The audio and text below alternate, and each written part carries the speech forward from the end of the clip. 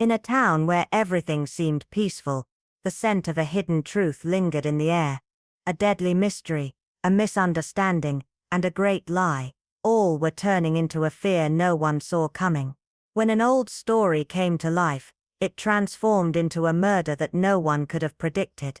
Who knew that in the pursuit of hiding our own sorrow, we might end up taking someone else's life? And when the truth surfaces, whose life will it change, and whose will it destroy? How will Miss Marple solve this unique puzzle? Before you lies a tale where every turn holds a truth, but finding that truth will take you to the edge of fear and uncertainty. Can you unravel this riddle? The village of Much Comtock, with its serene beauty, was a place where time seemed to slow down, allowing the peacefulness of the countryside to envelop any visitor. Its charm was not loud or imposing, but rather a gentle invitation to slow one's pace and embrace simplicity. Neatly hedged lanes that wound through the landscape, cottages adorned with creeping ivy, and old stone walls that stood as silent sentinels of the past. The church bell, its tolling unhurried and polite, marked the passing of each day as though it were more an acknowledgement of time than a command. It was within this quiet corner of England that Miss Jane Marple arrived, her carpet bag gripped firmly in both hands, her smile warm and unassuming as always. She had come to visit her cousin Emily Castair, a retired schoolmistress, whose days now consisted of village committees and afternoon teas, far removed from the chalk-dusted classrooms of her past. The two women exchanged a fond greeting, their embrace the kind that only those with a long history of shared experiences could know. "I do hope you won't find yourself bored, Jane," Emily remarked as she led her cousin through the gate, and along the path toward her home, her tone light but with a slight edge of concern. "It's Harvest Festival week, and the whole village is in a flurry. The vicar's wife has gone a bit overboard with the flower arrangements this year." Miss Marple chuckled softly, her gentle eyes twinkling.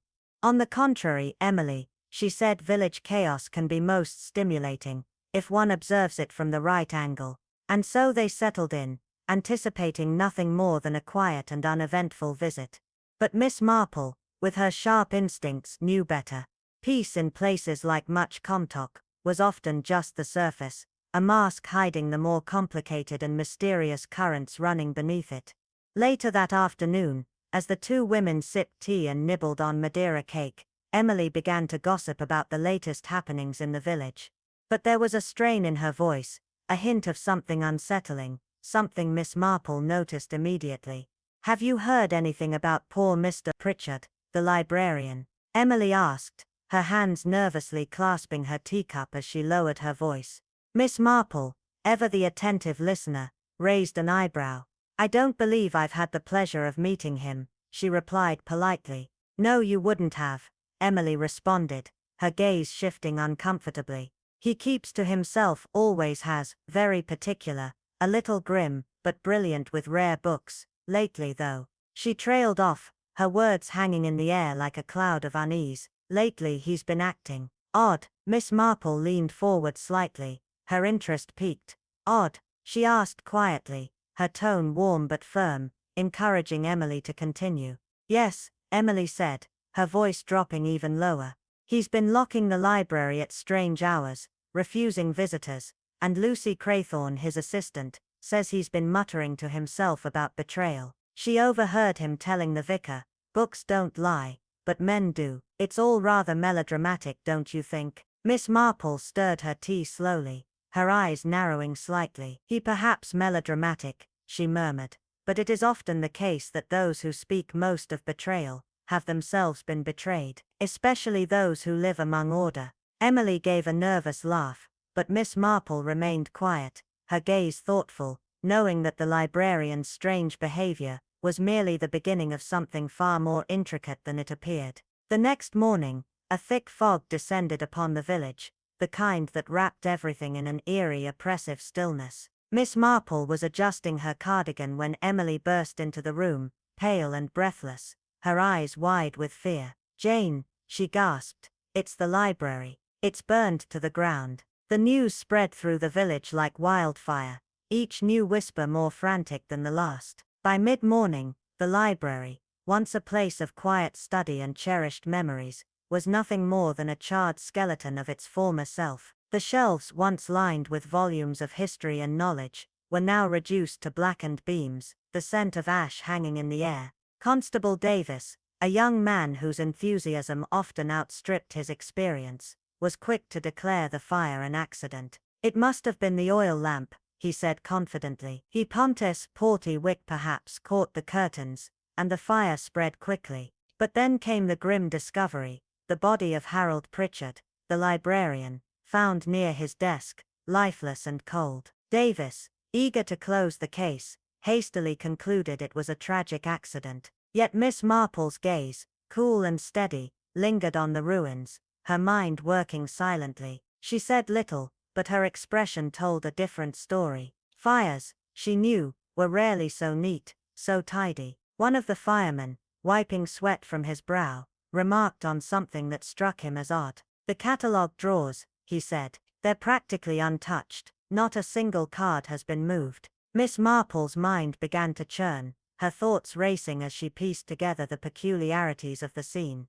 The fire, though devastating, seemed almost too perfect. She turned her gaze to the smoke still curling above the village rooftops, her eyes narrowing in quiet realization. "Books may burn," she murmured to herself, her voice barely a whisper, "but secrets always leave ashes behind." The fire, tragic as it was, had only exposed the first layer of a much darker mystery, one that Miss Marple was determined to uncover. As the village tried to come to terms with the loss, she knew that the answers she sought would not lie in the charred remains of the library, but in the ashes of the secrets it had protected. The village of Much Comtuck had long been a sanctuary for those seeking peace, its sleepy streets lined with charming cottages and neat hedgerows. Yet when news of the fire at the library broke, the very air seemed to thrum with the tension of something darker stirring beneath the surface. Constable Davis, still too large for his uniform, delivered his verdict with a smug certainty, his words flowing too easily for someone unused to serious scrutiny.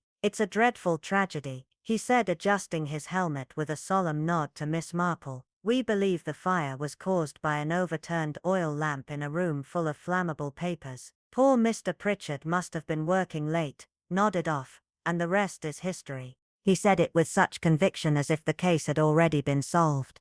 But Miss Marple, her gaze focused on the smouldering remains of the library, knew better than to accept such a tidy explanation. She said nothing at first, but as she studied the scene her mind was already piecing together fragments of the puzzle. The back corner of the library was utterly destroyed, collapsed into a heap of scorched timbers, but curiously the front desk stood partially intact, almost untouched by the inferno. And the catalogue cabinet, brass hinges gleaming faintly in the dying light, remained immaculate. It was as though the fire had chosen its victims and spared the rest.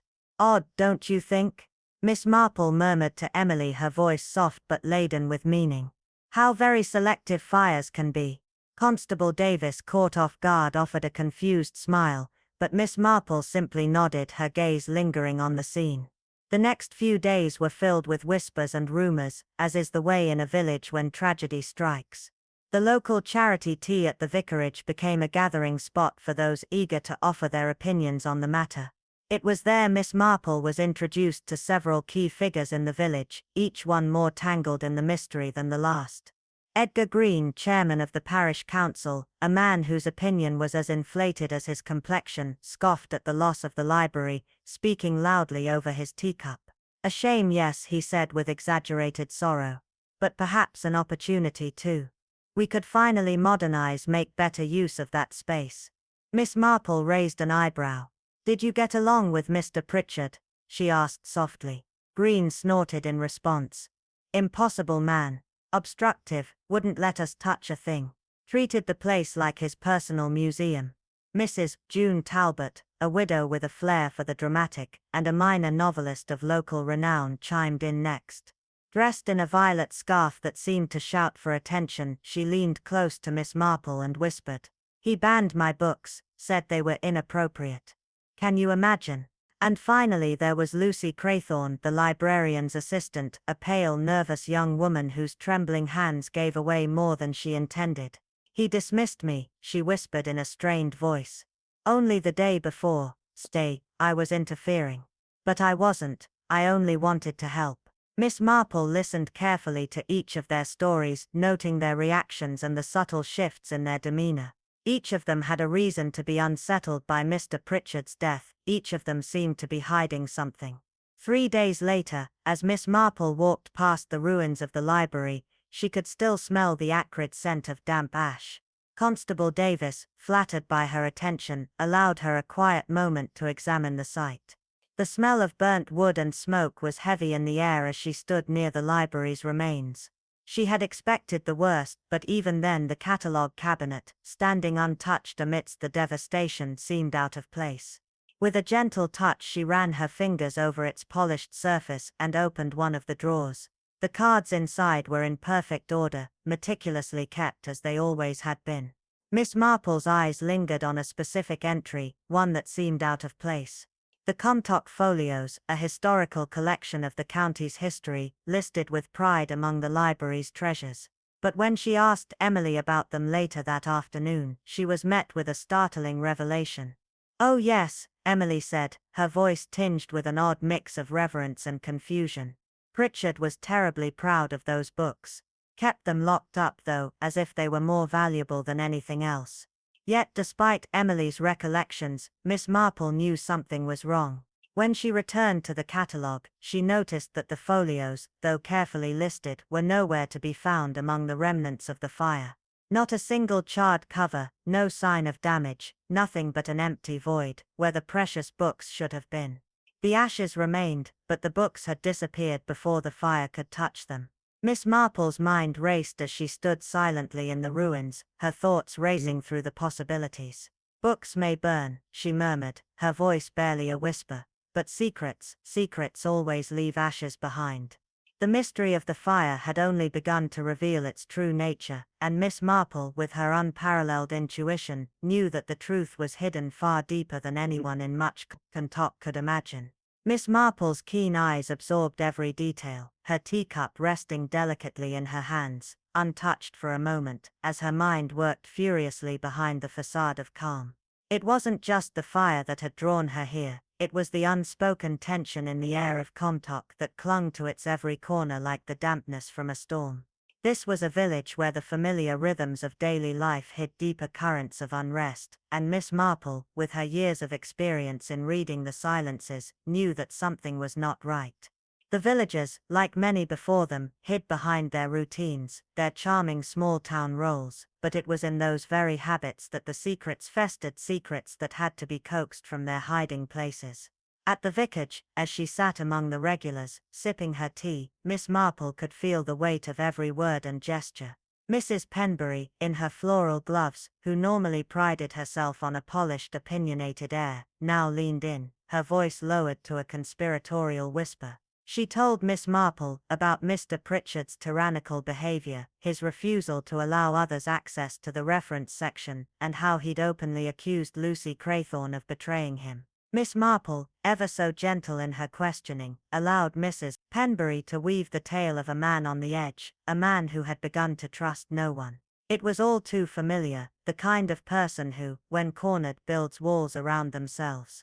But there was more here, something that didn't add up.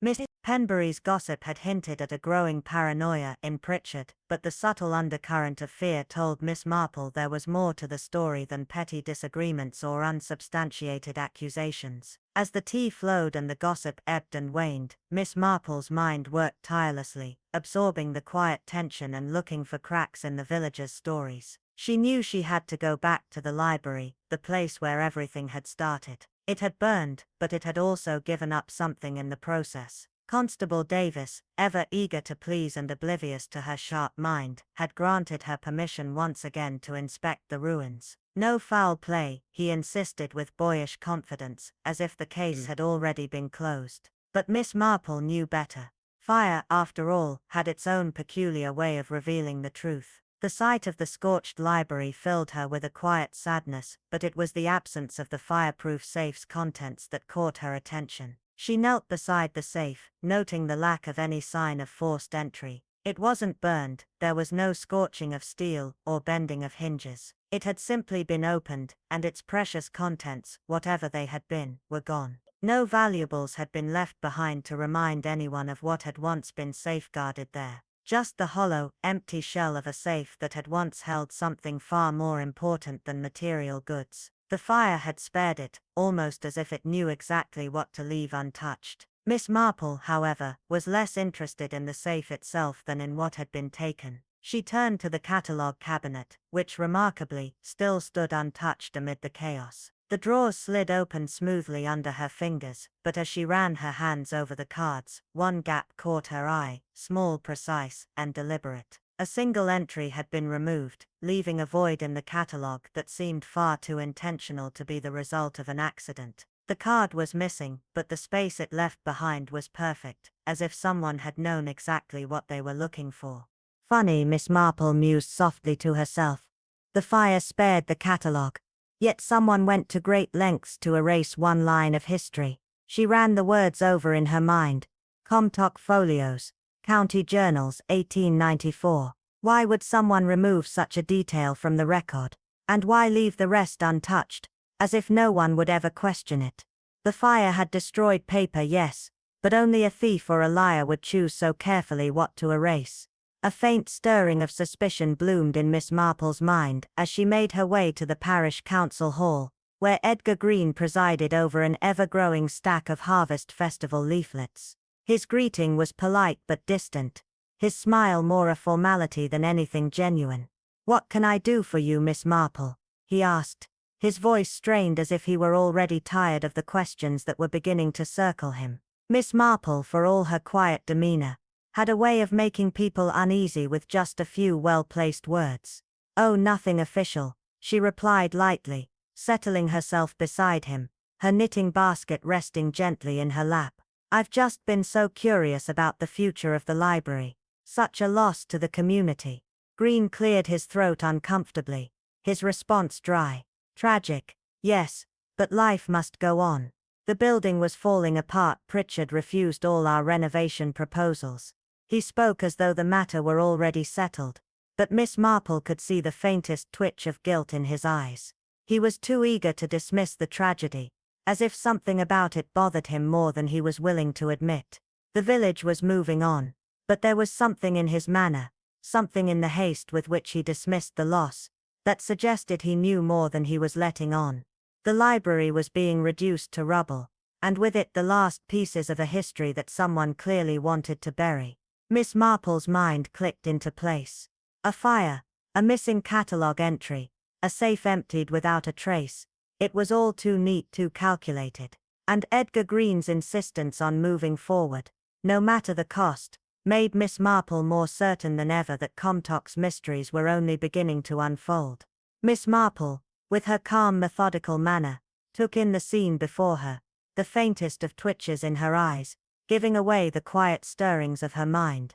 Her fingers, wrapped delicately around the porcelain teacup, remained still as she absorbed every nuance of conversation. Green, ever eager to deflect, waved a dismissive hand at her question, his voice laced with irritation.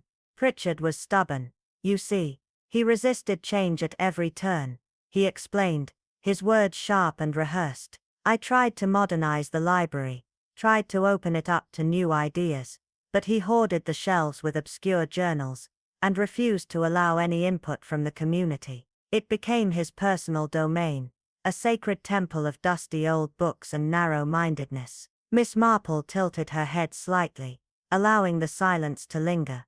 "And yet he did accept the rare manuscript from Sir Leonard Ashcombe, did he not?" she said softly, watching Green's reaction closely. The tension in the room thickened as Green's eyes flitted toward the floor for a brief moment, his discomfort palpable. "Yes," he said, his voice now strained. "That donation, it was controversial. I had nothing to do with it. In fact, I advised against it. Too valuable for local hands, too complicated. Those old men with their dusty books, they tend to stir up trouble." Miss Marple smiled gently, her eyes gleaming with quiet understanding. Sometimes, she mused, her voice low, "I think Pritchard liked secrets more than readers. The words hung in the air, laced with an unspoken weight. Green's gaze snapped up, but Miss Marple was already on her feet, her movements slow and deliberate. "I do hope," she said as she made her way toward the door, "that the new library will be more open.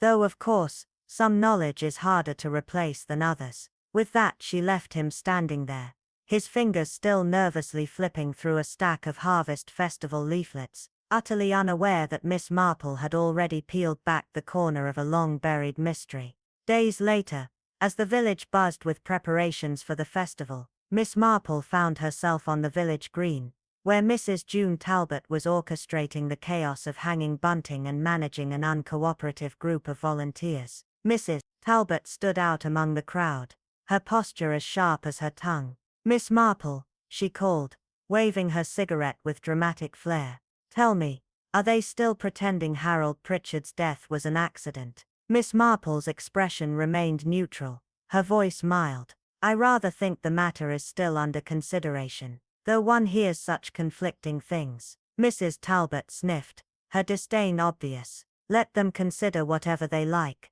Pritchard was a literary dictator, a man who banned my entire Thornbridge trilogy from the shelves, called it emotional. The nerve! A writer like him should have known better." Miss Marple's eyebrows lifted, and she offered a small sympathetic smile. "You must have been very upset." "Upset?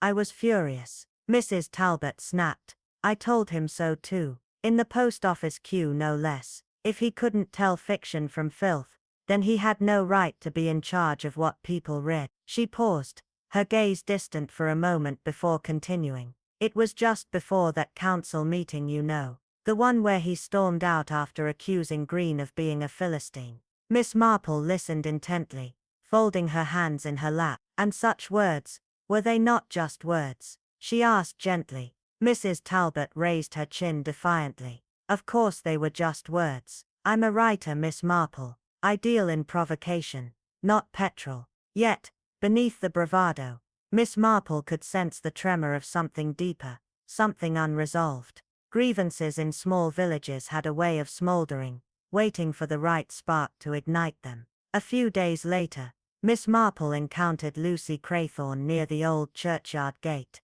the young woman clutching a small bouquet of wilting chrysanthemums. Her demeanor was guarded, but Miss Marple approached her with the same gentle warmth she offered to all. "Miss Craythorne," she said softly, "I wonder if you might spare a moment. I was so very sorry to hear of your dismissal." Lucy looked at her, startled but not offended. "I suppose it was coming," she murmured.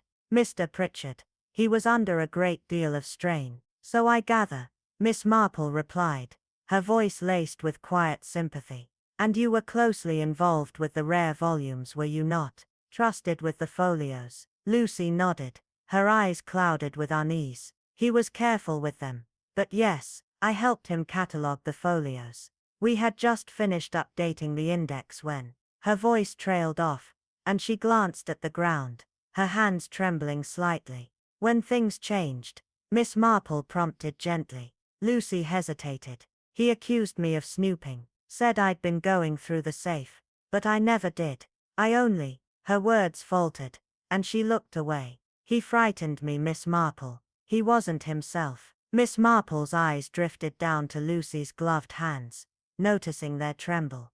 "Were you hurt in the fire?" she asked quietly, her voice almost a whisper. Lucy's hands trembled slightly, a blush creeping up her neck as she whispered, I tried, Miss Marple, I tried to save the records. But the smoke, it was everywhere, choking the air, filling the room until I could hardly see." Miss Marple's touch was soft, but firm as she placed a hand on the girl's arm, her voice calm and reassuring. "Books, my dear, may burn, but the truth," she said quietly, "the truth often survives, in ways we don't always expect." Lucy's gaze dropped to the bouquet she held, her fingers tightening around the wilting flowers as if they too could somehow shield her from the weight of what she knew. There was something in the girl's silence, something not rooted in guilt but in fear, a deep, palpable fear, as though there was something beneath the surface, something too dangerous to articulate. Miss Marple had learned over the years that when people claimed to forget, they often did so to protect themselves. But behind every adult's forgetfulness was often a child's memory, sharp, clear and heavy with truths that could not be unremembered. Later that week in the heart of the village, Miss Marple crossed paths with young Tom Fletcher, a nervous boy of 14, whose eyes darted around as if constantly on alert. Ink-stained fingers fidgeted with the hem of his jacket as Miss Marple approached him. "You were about the night of the fire, weren't you, Tom?" she asked in her usual gentle yet probing manner. The boy stiffened, his gaze flicking nervously to the ground. "Mum says I'm not supposed to talk about it," he muttered, his voice barely above a whisper. But despite his mother's wishes, his curiosity seemed to overpower his hesitation. "Rusty had a bad stomach," he continued after a pause, almost as if reciting the words to appease some unseen force. Miss Marple, ever patient, nodded and pressed on. "And did you see anything unusual?" There was a long pause before he spoke, his voice suddenly dropping lower, as if speaking aloud made the event more real. "Someone ran out of the library side door just before the fire started," he said quickly, as though the words had been waiting to escape. Miss Marple's brow furrowed, her interest piqued. "Could you tell who it was?" she asked, her voice soft but insistent. He shook his head slowly, eyes wide with uncertainty. "No, it was too dark. But they were fast, Miss Marple, not like Mr. Pritchard, and they had a hat, a big one, with feathers in it, blue and green, like a peacock's." The mention of a peacock's feathers sent a sharp jolt through Miss Marple. Her mind immediately conjured an image of Mrs. Talbot, flamboyant, extravagant in her dress, always ready to showcase her most ostentatious accessories. But something about Tom's description didn't sit right. This person had been quick, too quick. Could Mrs. Talbot have been involved? Miss Marple had to be cautious. A peacock's feathers could be a clue, but it was also a distraction, something too theatrical for a seasoned criminal, or perhaps just theatrical enough to hide something deeper. That evening, Miss Marple sat by the hearth in Emily's parlor, her knitting needles clicking softly, a rhythm that matched the steady beat of her thoughts. The fire crackled beside her, but her mind was far away, piecing together fragments of the mystery that had unfolded in the wake of the fire. The blaze had consumed more than paper. It had scorched reputations, silenced voices, and left behind a trail of fear that wove its way through every conversation she'd had since. Yet despite the fire's violence, something was amiss. The smoke had masked much, but it had also left gaps in logic, in memory, in behavior. Lucy's trembling hands, Mr. Green's smooth evasive charm, Mrs. Talbot's wounded vanity, and somewhere in the midst of it all, a book that was gone, not burned, not damaged, but simply vanished. Miss Marple's eyes flicked to the flickering fire, the orange flames casting long shadows on the walls. She knew that fire could destroy, yes, but it could also conceal, hiding what was truly important beneath its smoldering ruins. She placed her knitting down gently, folding her hands in her lap, and spoke softly, almost to herself. "People often believe that the truth lies in what is lost, what has been consumed," she mused, her voice barely above a whisper. "But more often than not, the truth lies in what has been preserved, carefully, by design, or by accident." Miss Marple knew, without a doubt, that the fire had not destroyed everything. No, the real story, the one that mattered, was hidden in the spaces between what had been burned and what had survived. It was only a matter of time before the truth came to light. The village gossip, always quick to latch onto any tidbit of information, soon focused its curious attention on one person, Mrs. June Talbot. The rumors spread like wildfire, fueled by the words of young Tom Fletcher, who had sworn he saw someone leaving the library the night of the fire, wearing a large hat adorned with peacock feathers. The description was too striking to ignore. Mrs. Talbot was the only one in the village known for wearing such an extravagant hat, especially when she felt she had been wronged, a sentiment she carried with her, simmering just beneath the surface, ever since her books had been blacklisted by the late Mr. Pritchard. Miss Marple overheard the whispering gossip in the grocer's shop the next day, a murmur that reached her ears clearly enough to be understood. "Tom Fletcher swears it was her," one voice hissed. "He saw the feathers bobbing in the night like a bird in flight." Miss Marple wasted no time in confronting Mrs. Talbot. The woman was unrepentant, her eyes flashing with indignation as she denied any involvement. "Yes, I own such a hat," she said with a sniff, "but no, I wasn't wearing it that night. I was at home, editing chapter 12 of my novel. My housekeeper will confirm it." But Miss Marple, her gaze steady and knowing, nodded slowly, not a word of accusation leaving her lips. "Of course," she said quietly. "But you must admit, the description is unfortunate." Mrs. Talbot bristled, but Miss Marple could see the cracks in her composure. The village's suspicions were mounting, but Miss Marple knew better than to jump to conclusions. The game was still in play, and the real truth, the one hidden beneath the smoke and mirrors, would reveal itself when the time was right, and she would be ready. "Jane, I may be many things: a widow, a hopeless romantic, an atrocious cook, but a murderer, that's something I am not," Mrs. Talbot exclaimed, her voice quivering, as she tossed her hands into the air, in mock frustration. "Yes, I might have wanted to see Harold Pritchard humbled, but incinerating him, that's a bit extreme, even for me." Miss Marple's lips barely twitched, but her mind was already racing. She didn't agree, but she knew better than to express that aloud. After all, a village's mind worked in strange ways. One whisper, a mere hint of something as trivial as a feather, and a noose could be swiftly tied. The accusation had been dangerously close to sticking, if not for the slow recollection that came to Miss Marple while she sat in Emily's sitting room,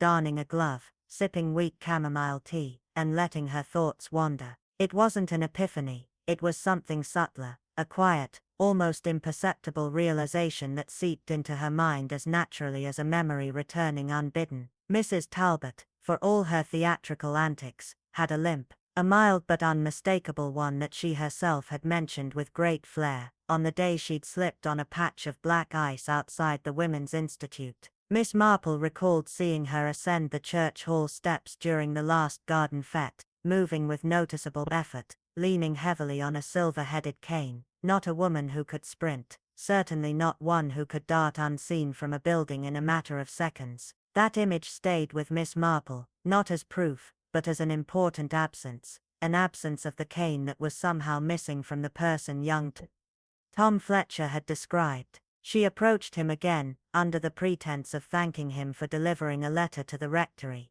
"Tom," she said, casually, "the person you saw that night, were they moving quickly?" Tom's response was immediate. "Very fast, almost like they were scared or in a hurry. At first I thought it was a lad, but then I saw the hat." Miss Marple's heart skipped a beat. "The feathers?" she asked, her voice soft, her gaze unwavering. "Yes, the feathers, but no cane," Tom added, shaking his head, a puzzled expression crossing his face. Miss Marple thanked him, her thoughts turning like wheels in motion but not with certainty. There was something about the absence of that cane that gnawed at her. Feathers, alibis, they could be borrowed, falsified, but a limp that was harder to fake. The next morning brought a quiet drizzle and an unusual discovery. Young Daisy Trent, the vicar's niece, presented a singed scrap of parchment she'd found beneath the yew hedge behind the church.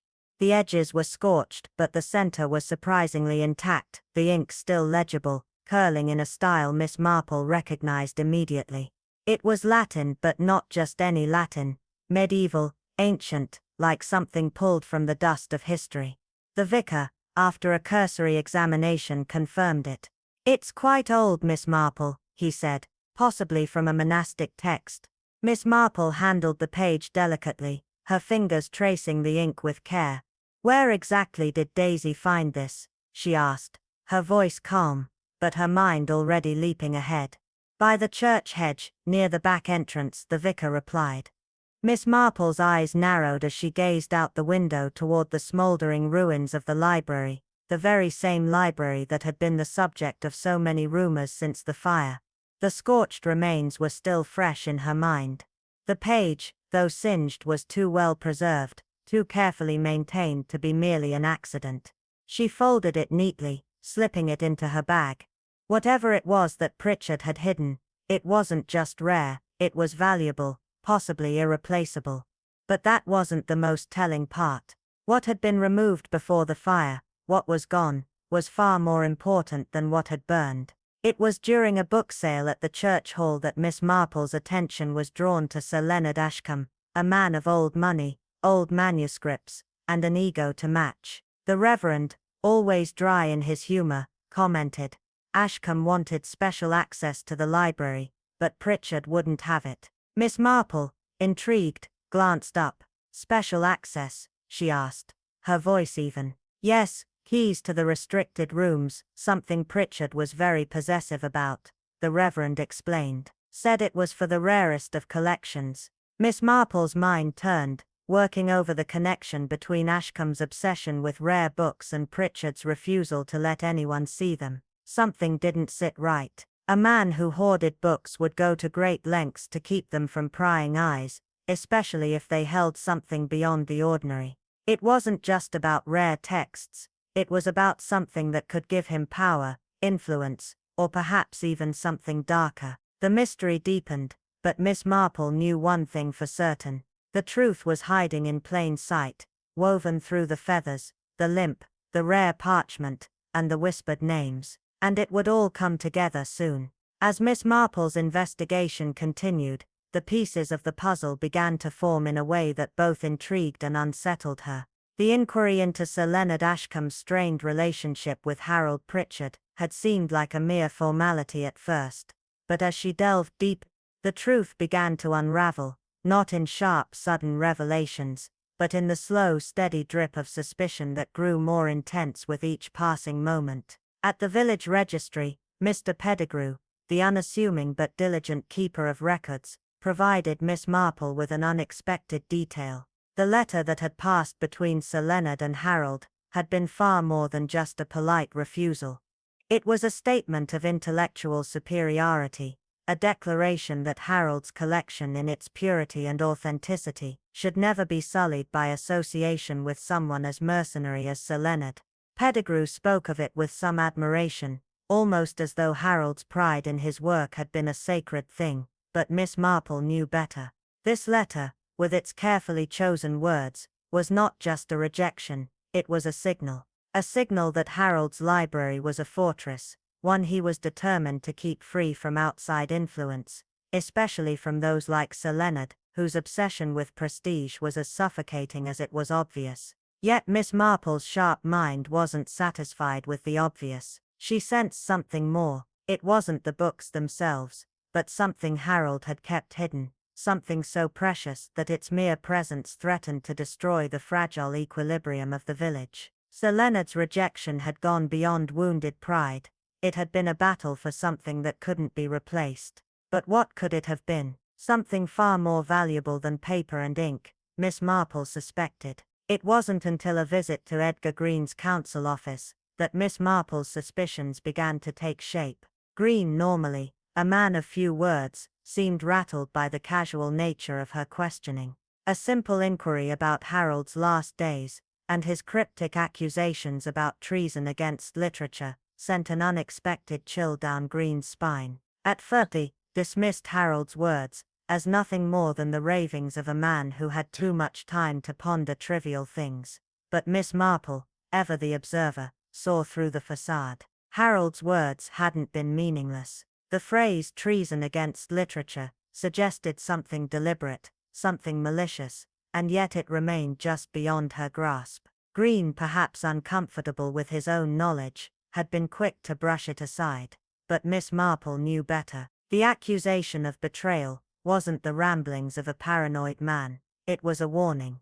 The dark shadow that had loomed over Harold's mind wasn't just paranoia, it was fear. Fear of something far greater than a simple shelving initiative, or a miscatalogued book. Miss Marple's instincts were now fully awake, and she knew the key to the mystery lay within the books themselves, or perhaps, more accurately, within what had been hidden from view. Her suspicions were confirmed when she found Lucy Crathorne, perched on the stone wall in the churchyard, the weight of guilt and fear etched on her face. The daisy chain clutched between her fingers seemed like an innocuous gesture, but Miss Marple knew it for what it was, a silent confession. Lucy, trembling and nervous, admitted what she could barely bring herself to say aloud. Harold had found something, a manuscript that had slipped through the cracks of his meticulous cataloguing. At first, Harold had been excited. The manuscript, he believed, could bring attention to the library, perhaps even funding. But when he looked closer, the excitement turned to horror.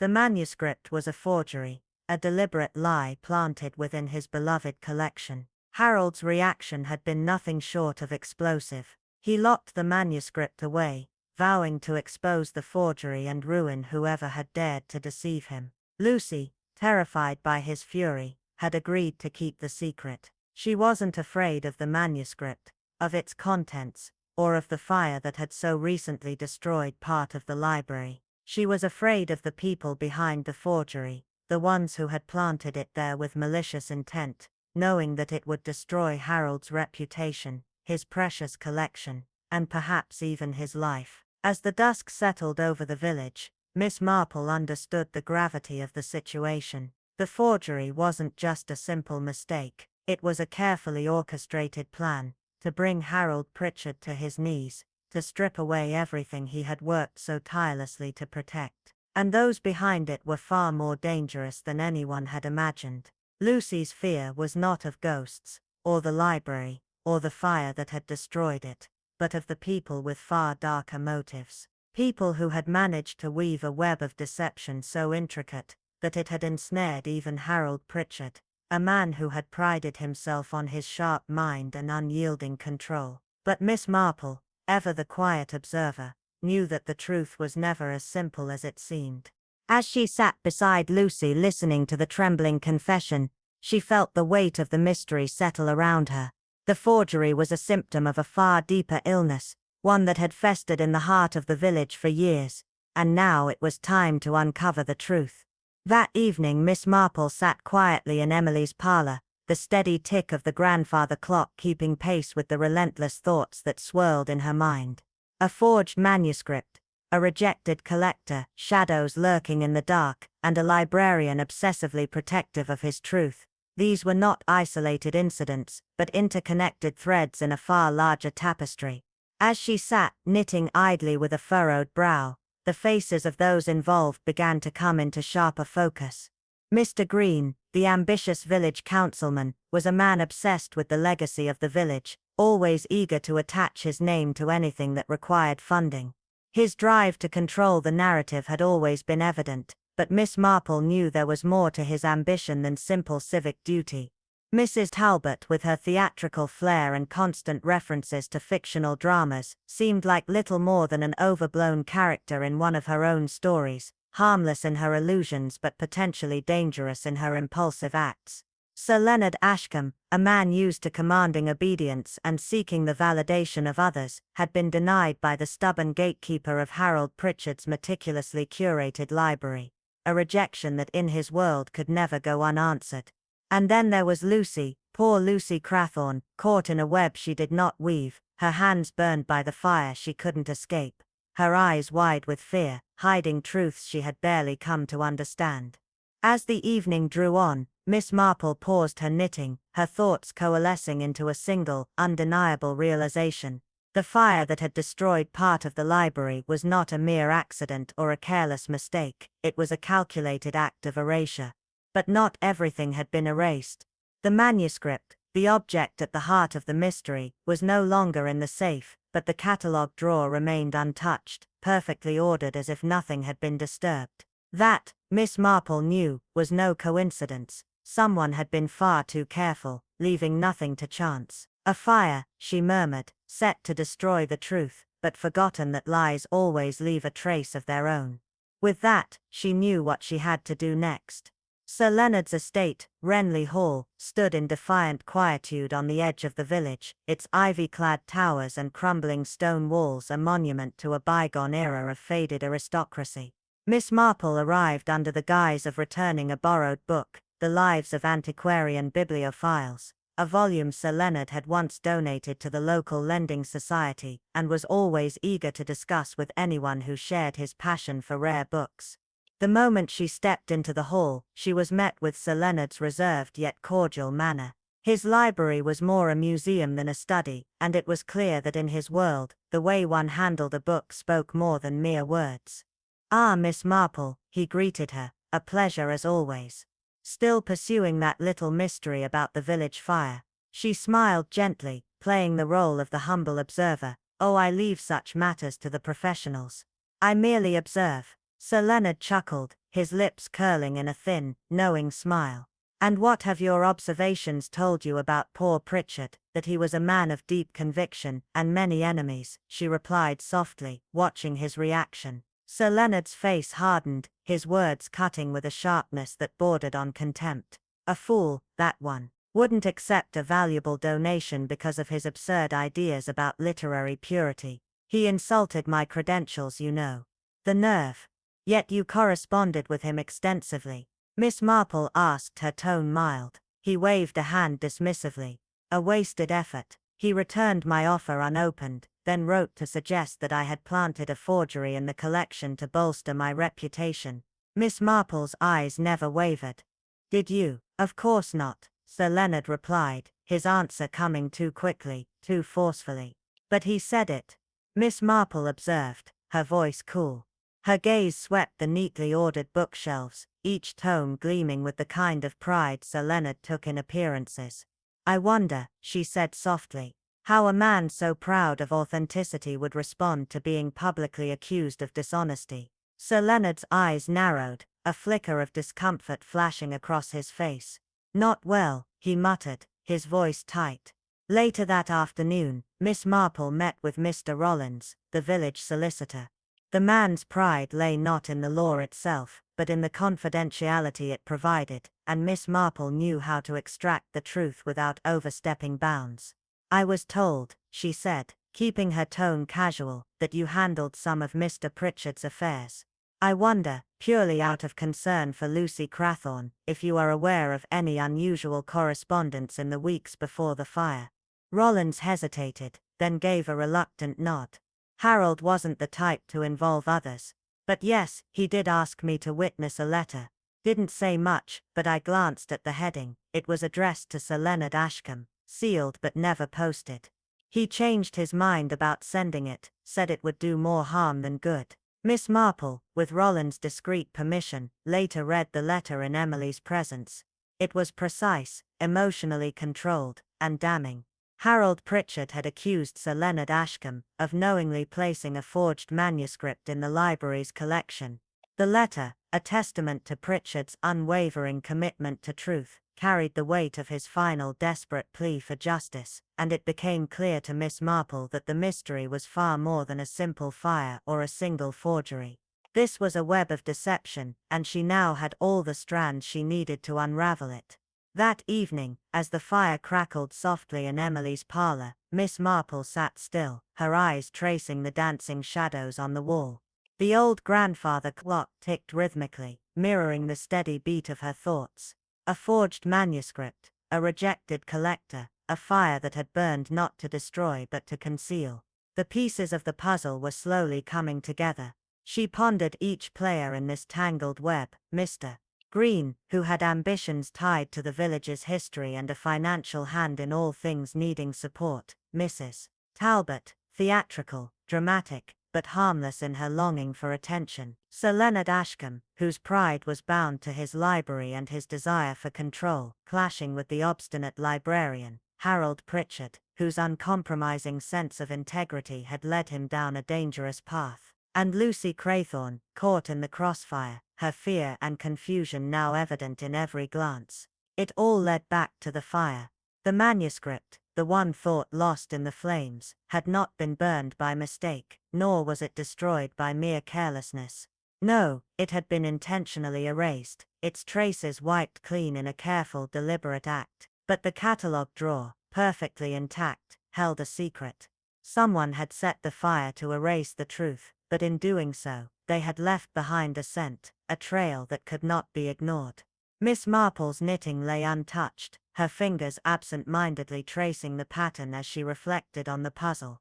The missing manuscript had been part of the library collection, but now it was gone, and in its place, only questions lingered. Had the truth been so dangerous that it needed to be buried in ashes? Or was someone simply trying to protect their secrets, hiding them beneath layers of lies? She was sure of one thing, There was a hidden hand at play, someone who had manipulated the situation with precision. Sir Leonard Ashcombe's grand estate, Renly Hall, stood like a monument to old-world pride, its ivy-covered walls hiding as many secrets as they had seen years. It was there that Miss Marple arrived, under the pretense of returning a book, a rare volume Sir Leonard had once donated to the local library. The polite greeting, the cool handshake, all part of the dance. Ashcombe was a man who measured his worth by the books he owned, not by the books he read. He ushered her into his study, a room that felt more like a mausoleum for forgotten knowledge than a place of learning. "Are you still chasing the mystery of the village fire, Miss Marple?" he asked, his voice smooth, almost condescending. "Oh, I leave the investigating to the professionals," she replied softly, her eyes scanning the room with casual indifference, as though every object told a story she could decipher with ease. Ashcombe chuckled. An empty sound. "You must have learned quite a lot about Mr. Pritchard in your observations," he ventured, trying to sound casual. "He was a man of principle," Miss Marple said, her voice dropping to a murmur. "But principles can often be a shield for something darker." Ashcombe's smile faltered. "He was a fool," he snapped, so consumed with some ridiculous notion of literary purity, that he couldn't see the opportunity when it was presented to him. Miss Marple's eyes narrowed slightly, reading him. She was sure now. Something in his eyes betrayed his discomfort. "You corresponded with him, I believe," she probed, "and yet he never accepted your offer." "Why, Sir Leonard?" The question hung in the air, heavy with unspoken accusations. Ashcombe's jaw tightened, and his response was immediate, too quick, "Because he was stubborn, and he couldn't see the value of what I was offering." Miss Marple smiled thinly, turning her gaze toward the orderly shelves of books. "It must have pained you to be dismissed in such a manner, after all the effort you invested." She could see the walls of control he had built around himself, each word carefully chosen to avoid revealing the truth. Later Miss Marple sought out the village solicitor, Mr. Rollins, a man more invested in the confidentiality of his profession than in the truth it should protect. But she had a way of asking the right questions, always polite, always with the right amount of interest. "I heard you helped Mr. Pritchard with some legal matters," she said with a slight tilt of her head. "And I was wondering if you might have noticed anything unusual about his correspondence in the weeks before the fire." Mr. Rollins hesitated, the lines of his face tightening as he considered the question. "He did ask me to witness a letter," he said, his voice low. "I didn't read it fully, but it was addressed to Sir Leonard Ashcombe. He never sent it though. Said it would cause more harm than good." And so, with Rollins' permission, Miss Marple read the letter. Its contents were precise, damning. Pritchard had uncovered the forgery, and he had traced it back to Ashcombe. He accused him of placing a forged manuscript in the library's collection, one that was meant to bolster his own reputation. The letter ended with a chilling promise to expose the truth at the Harvest Festival lecture, but that was not to be. Harold Pritchard had died before he could deliver his revelation. As Miss Marple processed the letter's contents, she couldn't help but think of the fire. It hadn't been an accident. The library had been set ablaze not to destroy the truth, but to bury it forever. The question was who had something to lose from the truth being exposed. It was in the quiet of the church, after services had ended, that Miss Marple found Lucy Craythorne, sitting alone, her hands trembling with the weight of her thoughts. The air was still heavy with secrets. As Miss Marple joined her, they sat in silence for a long time before Lucy spoke. "He was going to read it out loud, you know," she whispered, her voice barely audible. Miss Marple turned her head to her gently. "The letter to Sir Leonard?" she asked softly. Lucy nodded, her eyes brimming with unshed tears. "He made me type it twice. The first time he tore it up. The second time, he locked it in the safe. He said it was time the village knew the truth about who controlled the library." Miss Marple's voice was barely a murmur. "And you agreed to help him?" Lucy's fingers tightened around the handkerchief. "I thought it was the right thing to do. But then," her voice faltered, and Miss Marple gently placed her hand over hers. Lucy's confession echoed in the quiet church. "It wasn't Harold who found the forgery first. It was me." In the heart of the village, A quiet undercurrent of tension stirred, unseen but ever present, as Miss Marple leaned back, her mind whirling with the discoveries she had uncovered. She had long suspected that beneath the polished surface of the village's respected institutions lay secrets too dangerous to surface. As she traced the delicate slant of Pritchard's handwriting in the margins of the letter, it became clear that he had not just intended to reveal the forgery, but had planned to expose it in such a way that it would destroy reputations and unsettle the delicate balance of power that the council and its members had so carefully cultivated. But it was not just a question of arrogance or vanity. It was a desperate, almost pathological need for control, for validation in the eyes of the public. Pritchard believed that his grand reveal at the Harvest Festival lecture would restore the status he had lost, to wash away the years of ridicule and suspicion, not realizing that he was also digging his own grave in the process. Yet as Miss Marple continued to ponder, she found herself questioning if the unraveling of this tale had already begun long before Pritchard's death, planted deep in the heart of the library, under the guise of scholarship and historical preservation. The forged manuscript, a brilliant yet reckless creation, had been carefully placed within the library's rare books collection, a hidden treasure designed to elevate both the institution and the forger's name. It was a gamble, a long shot aimed at rewriting history itself. Mr. Green, a seemingly well-meaning man whose obsession with recognition had blinded him to the moral lines he was willing to cross, had thought he was smarter than the village's watchful eyes. His perfect forgery, a Latin manuscript, was no mere mistake. It was a carefully orchestrated move to cement his legacy, one that would elevate him from the shadows of obscurity. But fate had a different plan. Harold Pritchard, with his keen eye and impeccable knowledge of the rarest texts, had stumbled upon the truth. The discovery at first seemed to be nothing more than a quiet revelation, a momentary victory of intellect over fraud.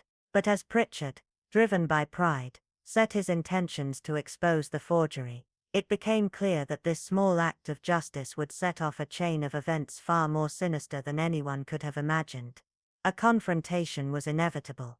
The manuscript was locked away, a final act of defiance against the truth, but the moment it was discovered, all pretensions of civility were stripped away. Green, in a panic, had not intended for anyone to be hurt. His only goal was to silence Pritchard before the truth could destroy him. But in the darkness of the library, the struggle for control had escalated, and Pritchard, too proud to back down, had become the victim of his own relentless pursuit of justice. The fire that followed, a tragic accident, or perhaps not, had consumed the evidence, but the truth, like smoke, still lingered in the air, waiting to be uncovered. Now, with the pieces in place, Miss Marple had no choice but to confront the inevitable. She knew that vanity, more than any flame, had the power to burn down reputations, to turn respected men into criminals, and to break the fragile illusion of the village's carefully crafted peace. The invitation to tea that arrived without fanfare was the final act, a thinly veiled gesture of civility. But Miss Marple knew it was more than just an invitation. It was a call for resolution, an acknowledgement that the game was over. As the drawing room filled with the usual village gossip, Miss Marple, calm and unassuming, took her place among them, her mind already several steps ahead. She had already solved the puzzle, but the final move had yet to be made. The tea would be served, the final confrontation would unfold, and the truth, however painful, would finally be revealed. In the dimly lit room, the air was thick with an uneasy tension, broken only by the crackling fire and the quiet rustle of fabric as the guests settled into their places. Green entered precisely on time, his stiff posture betraying nothing of the storm that had raged beneath the surface for weeks. His forced smile did little to mask the tightening of his jaw, the barely concealed disdain as he surveyed the room. Lucy Crathorne stood by the window, her fingers twisting her gloves nervously, while Reverend Mackey and Constable Davis lingered near the bookcase, their eyes darting about in quiet anticipation. Miss Marple, ever composed, sat by the hearth, her knitting resting untouched in her lap, exuding a calmness that was both reassuring and unnerving. She looked around at the gathered faces, the weight of her words pressing down upon them as she began softly, "We are here today, not to assign blame in haste, but to seek the truth. For it is only through understanding that we may uncover what has long been hidden. A heavy silence followed as the fire crackled. Miss Marple's voice, calm but unwavering, carried the weight of 1,000 untold secrets. The death of Mr. Pritchard was no mere accident, and the fire at the library, though tragic, was not a result of carelessness. She continued, her eyes never leaving Mr. Green. The room was still as the words hung in the air, thick with unspoken fear. "The truth has been buried for too long," Miss Marple murmured. "It is time we uncover it together."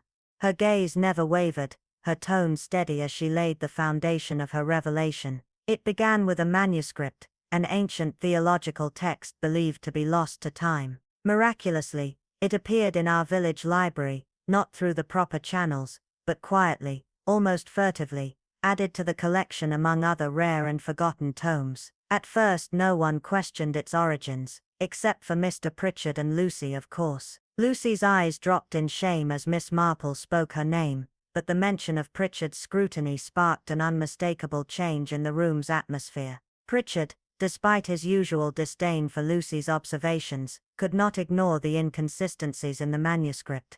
The ink, the paper, all too perfect, too clean. He knew immediately what it was, and he knew too, who had placed it there. The tension in the room thickened, every eye now fixed on Green, who shifted in his seat, his expression darkening. "The handwriting on that manuscript," Miss Marple continued, "was not just any hand. It was yours, Mr. Green. The same delicate loops on your Ys, the same angular Cs, the unmistakable formation of your Fs. It was no coincidence, it was a forgery, placed deliberately in the library to elevate the institution's value, and by extension your own." There was a collective murmur of shock, but Miss Marple was undeterred. "You hoped that this forgery, once discovered, would become a prized possession, a treasure that would not only boost the library's standing, but also cement your legacy as a man of letters, a contributor to history. You believed it would forever tie you to the village's intellectual life." Green's face was a mask of frustration,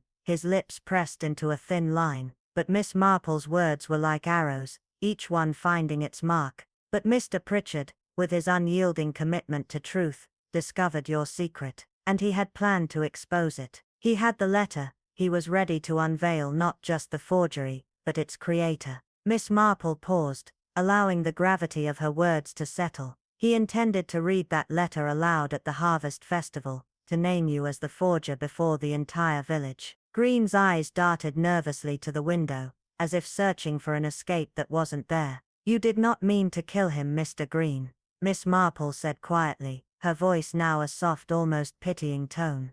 "But you meant to silence him. You intended to destroy the evidence, to burn it before it could ruin everything you had built." She let the words linger, watching as Green's gaze dropped to the floor, unable to meet her eyes.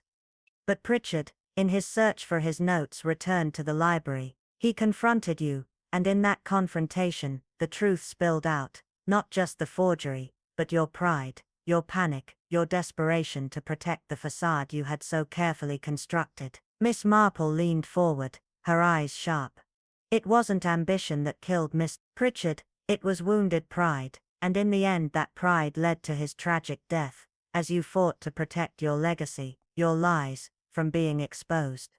She paused, allowing the final weight of her revelation to sink in. "The fire was no accident, Mr. Green. It was no mere act of chance. It was the final act of a man who feared that everything he had worked for would come crashing down. And so, in that desperation, he did what he thought he had to do. But the truth, as always, would find its way to the surface." The room was deathly quiet as the web Miss Marple had so carefully spun became clear. In the shadows of civility and public service, vanity, ambition, and fear had led to a life shattered and a truth buried. Green's mask of composure cracked, but the game was already over. Miss Marple had unraveled the story, and now the only question left was whether the truth would set them free or condemn them all. Miss Marple turned towards Lucy, her gaze sharp yet filled with an unspoken understanding. Mr. Green, who had been rigidly sitting, now seemed almost like a man poised on the edge of a precipice,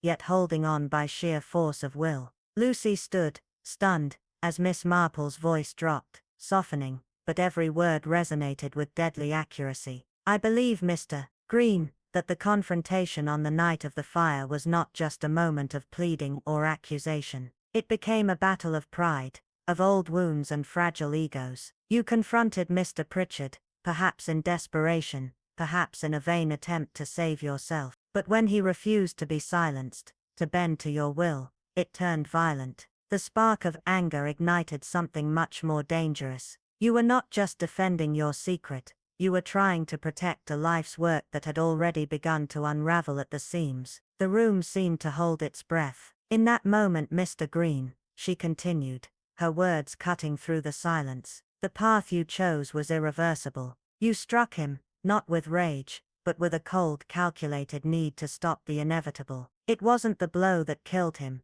it was the decision, the choice to cover up what was already known. The fire you set wasn't just to destroy the evidence, but to erase your entire past, your legacy. And in doing so, you left behind a trail that you thought would disappear with the flames. But it didn't. It lingered, like a whisper of guilt that refuses to fade. Green shifted uncomfortably, his face now a mask of inner conflict. The letter, Miss Marple continued, pulling out a piece of paper from her knitting bag, was always the key. The letter you knew would expose you, the one you couldn't allow to see the light of day. But there was something you missed, Mr. Green. That ash on your council records, so carefully dismissed, so hastily explained. It was the smallest mistake, and yet it told the story no one else could see. The very same ash from the fire you thought had erased all trace of your actions. You left it behind, Mr. Green, not just on your hands, but in the places you least expected. The others in the room exchanged uneasy glances as the weight of Miss Marple's words sank in. You see, Mr. Green, she said, her voice now a gentle murmur, ash, like guilt, refuses to be swept away. It stains, it marks, and no matter how much you try to hide it, it remains. The room seemed still, too still, as Green sat motionless, the facade of composure slipping away. Finally, in a voice that was quiet, almost defeated, he spoke. I never meant for it to happen like this. I only wanted to be remembered, to leave something that would endure, but in the end, all I created was a lie. I thought the manuscript would give me that, would make my name one worth remembering. But when Pritchard found out, when he threatened to expose me, all I saw was my life unraveling. The fear, the panic. I couldn't breathe, couldn't think. I never wanted to hurt anyone, but when he confronted me with the truth, I saw everything I had worked for, everything I had dreamed of, slipping through my fingers, and I acted. The words hung in the air like smoke, heavy with regret. He looked around at each face in the room, his eyes briefly meeting Lucy's, before finally resting on Miss Marple. I just wanted respect, he whispered, his voice trembling now. As the final pieces of the puzzle fell into place, the room became heavy with the weight of the truth that had been shrouded in silence for so long. Miss Marple, with a delicate yet piercing gaze, turned her attention to Green, who was now visibly struggling to keep his composure. The manuscript, she began, her voice soft but laden with meaning, was never meant to survive the flames. It was the lie that you had crafted, the one that threatened to unravel everything you'd worked for. But you didn't anticipate that Miss Pritchard, the one man who could expose you, would be there, the very night the fire started. The air seemed to freeze as the words hung between them, the truth finally surfacing after years of deception. Green's eyes darted nervously toward the flickering fire in the hearth, his breath shallow, as though he were already feeling the weight of what he'd done. His body stiffened as Miss Marple spoke with the precision of a seasoned investigator, each word designed to pierce the armor of his guilt. She continued, you thought the fire would erase everything, his life, the manuscript, the evidence of your shame. But what you failed to consider was that in your desperation, you made an irreversible choice. The room was eerily silent, except for the crackling of the fire, and in that moment, the confession was already written in the lines of Green's face. I didn't mean to harm him, he muttered, his voice cracked with the weight of regret. I only wanted to stop him from ruining me. But when Pritchard confronted me, when he threatened to expose everything, I panicked. I couldn't let him take everything away. His words were a broken admission of guilt, yet Miss Marple remained composed, her piercing gaze never wavering. "It was never about protecting your legacy, was it?" she replied quietly. "It was about fear, the fear of being exposed. And in your panic, you struck him, not in rage but in desperation. When you lit the match, you crossed a line that could never be undone." As Green's shoulders slumped under the weight of his actions, Miss Marple's voice softened, almost sorrowful. "The ashes, the smudge of guilt that clung to your council records, it all points to a truth that you couldn't erase, no matter how hard you tried." Green's hands clenched involuntarily in his lap, the truth of the matter seeping into his soul like the cold chill of inevitability. With no more words left to deny, he finally stood up, his legs heavy, as he silently walked toward the constable, surrendering to the fate he had carefully tried to avoid. In the village of Comtock, news of his arrest spread quickly, not with drama, but with a quiet, almost reverent acknowledgement of the truth that had been revealed. Miss Marple, with her unassuming wisdom, had dismantled his carefully constructed web of lies. "Fear and pride can drive a man to desperate lengths," she said gently to the vicar. "But in the end, it is truth that endures, no matter how much we try to bury it." Her words, a quiet reminder of what had been lost, echoed in the hearts of those who had once seen Mr. Green as a man of integrity. But no amount of admiration could undo the damage he had caused. When Lucy's name was read aloud at the parish council meeting, the room stood still, not in awe of her, but in deep respect for the strength it took to hold firm in the face of such overwhelming odds.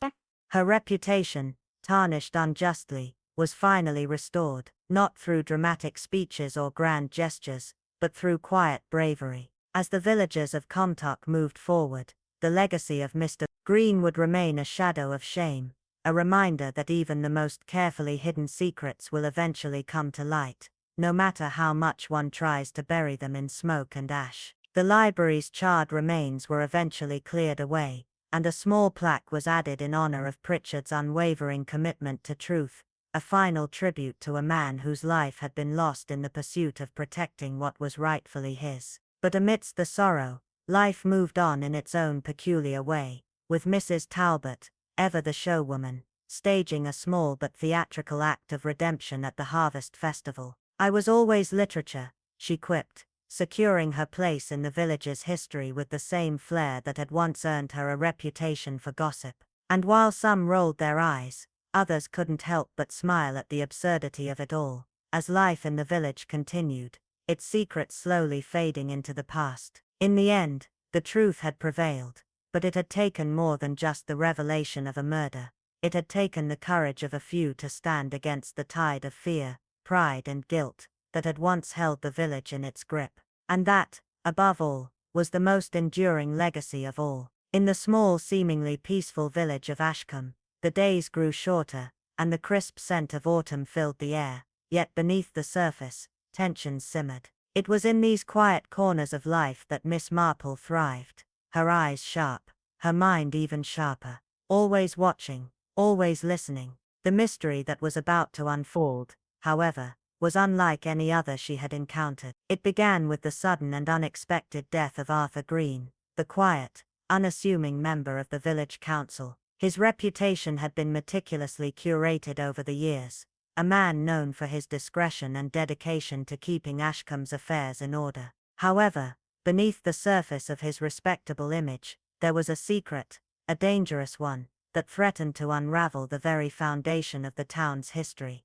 Green had been hiding a forged manuscript, a falsified history of Ashcombe, one that would have overshadowed the legacy of the late Thomas Pritchard, the village's respected historian. Pritchard, though a man often misunderstood and critical of the village's prideful notions, had devoted his life to preserving the authenticity of Ashcombe's past. In his later years, he had become obsessed with exposing something he believed was being covered up, something that would have destroyed Green's carefully crafted image. When Pritchard's findings began to threaten the legacy Green had spent his life building, the stakes grew higher, and the village became a battlefield of pride, ambition, and secrets. As the truth began to surface, Arthur Green made a fateful decision. He would destroy everything to protect his legacy. And so, in the dead of night, he set fire to the village's beloved library, a place that had stood as a symbol of knowledge and preservation. His hope was that the flames would consume not only the evidence of his crime, but the history he feared would expose him. The fire was meant to erase the truth. It was meant to destroy the inconvenient past that had come to light. But as often happens in such cases, the truth was far more resilient than Green had anticipated. Lucy Craythorne, a young woman with a sharp eye and a strong sense of justice, had been the first to notice the discrepancies in the documents that Pritchard had been working on before his death. She had seen the forged pages, the subtle alterations in the historical records, and she had understood the danger it posed not only to the town's history, but to the people who had built their lives upon it.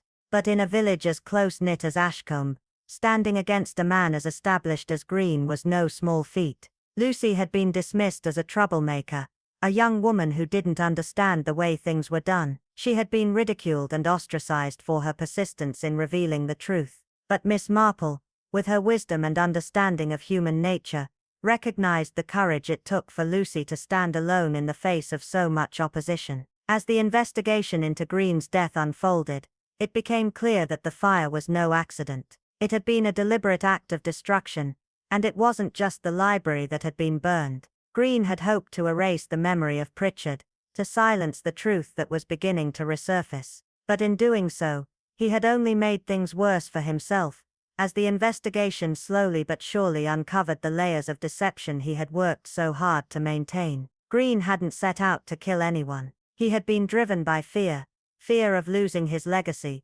fear of his carefully cultivated reputation being shattered by a truth he had tried so hard to bury. But in his attempt to preserve his image, he had chosen the wrong path. It was Miss Marple, with her sharp mind and her quiet grace, who unraveled the threads of the mystery. She didn't just solve the death of Arthur Green, she restored balance to a community that had lost its way, teaching them that truth, no matter how inconvenient, was always worth the cost. It wasn't about revenge or punishment. It was about understanding the human frailty that drove Green to make such a tragic mistake. The village, now slowly recovering from the scandal, found itself at a crossroads. The library, once reduced to ashes, would be rebuilt, but this time it would stand as a symbol of resilience and transparency. A new committee was formed, not of elite figures, or those driven by their own ambitions, but of ordinary townspeople with a deep love for their history and a commitment to truth. Lucy Craythorne, once the scapegoat, was invited to serve as the committee's secretary, her reputation now restored in the eyes of the community. The plans for the new building included a reading room for the townspeople, a small exhibit of salvaged books, and a plaque dedicated to Thomas Pritchard, whose integrity had been compromised in death, but whose legacy would never be forgotten. Miss Marple, always the humble observer, declined any formal role on the committee, but offered to bake for their inaugural meeting. "Let the library belong to everyone," she said, her voice soft yet firm, "not to pride or ambition, but to curiosity and care." It was a simple message, but it resonated deeply with the people of Ashcombe. For once the town would rebuild, not just its library, but its sense of community and honor. The final Sunday of October came, and Miss Marple sat in Emily's parlor once again, her knitting needles clicking as she reflected on the events that had unfolded. She was at peace, her mind calm after solving yet another puzzle of human nature. Outside, the golden leaves swirled in the brisk wind, but it wasn't the chill of autumn that weighed heavily on her mind. It was the knowledge that sometimes, the greatest mysteries weren't those locked away in rooms, but those buried deep in the hearts of men. As Emily poured tea, she remarked, "You never cease to amaze me, Jane. How you always find truth in the most difficult places." Miss Marple smiled gently. "Ash leaves traces, my dear, so do lies," she said, her words carrying a wisdom that only years of experience could have forged. "Burning books is never about warmth, it's about forgetting, but the truth, like ink, never fades. It only waits to be found." And so, in the quiet village of Ashcombe, justice was not served through loud proclamations or grand gestures, but through the steady, persistent unraveling of a story, one that had been obscured by flames and lies but ultimately revealed for what it truly was. It was not a tale of villains and heroes, but of a man who had lost his way, of a village struggling to reconcile its pride with its need for truth, and of a young woman who had dared to stand alone against the tide of corruption.